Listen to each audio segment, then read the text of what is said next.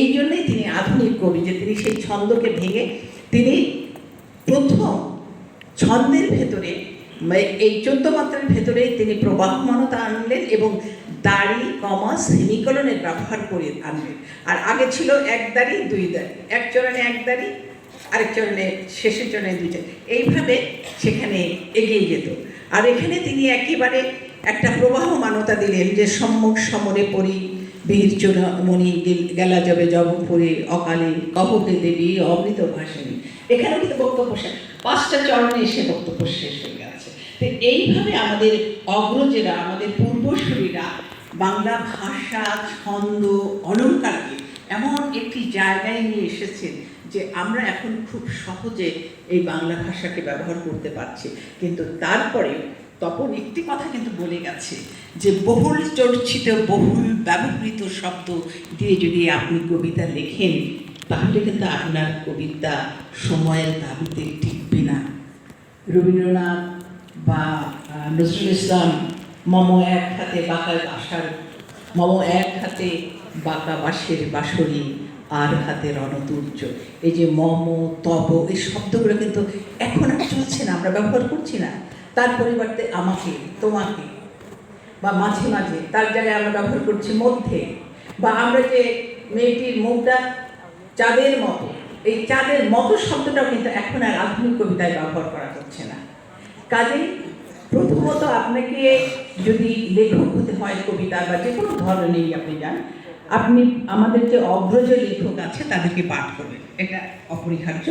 দ্বিতীয়ত আবার কাদের পাঠ করছেন, এখন যারা লিখছেন তাদেরকেও পাঠ করতে হবে যে তারা কি লিখছেন, তাদের বিষয় কি, তারা কিভাবে, তারা ফর্মটাকে কিভাবে চেঞ্জ করছেন বা করছেন না, তারা উত্তর আধুনিক বলে শেকড়ের দিকে ফিরে যাচ্ছেন, এই সমস্ত কিছু কিন্তু জানতে হবে। তারপরেও কিন্তু আমরা বলতে পারবো না যে আমি কবি হয়েছি বা লেখক হয়েছি বা কথা সাহিত্যিক হয়েছি, কারণ এটা আমার কাজ না, এই জানাটা আমার কাজ না। আমার কাজটা হচ্ছে কাজ করে যাওয়া। যেমন আপনি ধরেন এখানে আমরা সবাই বসে আছি, আমরা সবাই মানুষ, আমাদের একটা পরিচয়, আমরা কমন পরিচয়, আমরা মানুষ।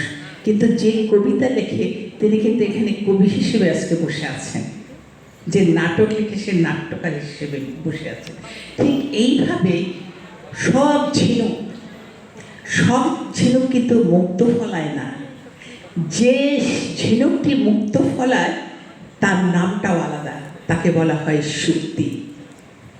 সে কিন্তু আলাদা হয়ে গেল, সাধারণ ঝিনুক থেকে আলাদা হয়ে গেল, সে ক্রিয়েটিভ বলে, মুক্ত ফলায় বলে। এবং মুক্ত ফলার ইতিহাস আপনারা জানেন, খুব বেদনাদায়ক, যে সে পানির নিচে হাঁটতে হাঁটতে খাদ্য অন্বেষণ করতে গিয়ে তার মধ্যে একটা কাকড় কোনা টুকরো পাথর ঢুকে গেছে, সেটাকে ঘিরে তার ক্ষত সৃষ্টি হয়েছে, সেই ক্ষতকে ঘিরে লালা পড়ছে, লালা জমতে জমতে যেদিন মুক্তটা পরিপূর্ণ হয়ে যায় সেদিন ঝিনুকটা মারা যায়।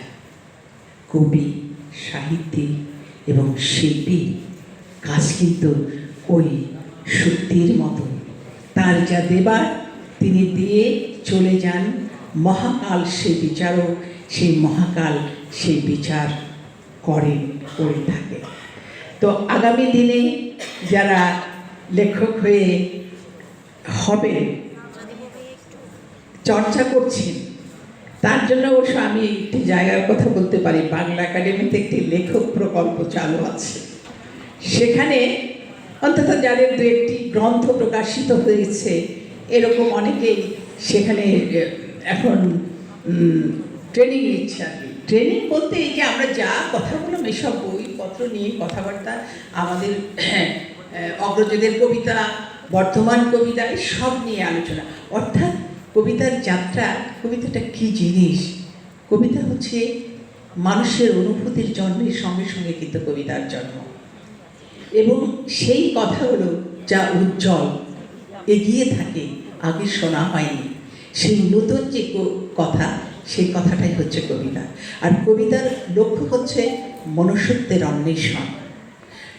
কবিতা চলবেই, মনুষ্যত্বের অন্বেষণ চলবেই, শুধু পথ পরিক্রমা হয়তো পাল্টে যাবে সময়ের দাবিতে, বিভিন্ন সময়ে। এই জন্যে আমরা বিশ্বাস করি কবিতা কখনো হারাবে না, কবিতার জয় হবে। এবং শেষ পর্যন্ত রবীন্দ্রনাথের ওই কথাটাই, ওই কবিতাটাই বলতে হবে আমাদের, যারা আমরা লিখতে চাই, সার্থক জনম আমার জন্মেছে এই দেশে, সার্থক জনম মাগো তোমায় ভালোবেসে। জানি না তোর ধন রতন আছে কিনা রানীর মতন, শুধু জানি তোর ছায়া এসে আমার অঙ্গ চোরায়। এই যে এখানে এসে আমার অঙ্গ চোরায়, আপনাদের দেখে কথা বলতে পেরে, এটি কিন্তু আমাদের পাওয়া। ভালো থাকুন, সুন্দর থাকুন, নিশ্চয়ই আবার কোনো না কোনো সময় আপনাদের সঙ্গে দেখা হবে। আমাকে শোনার জন্য কৃতজ্ঞতা, ধন্যবাদ। অনেক ধন্যবাদ কবি শিক্ষাবিদ দিলা হাফিজকে। আমাদের মাঝে ইতিমধ্যে উপস্থিত হয়েছেন খ্যাতিমান শিশু সাহিত্যিক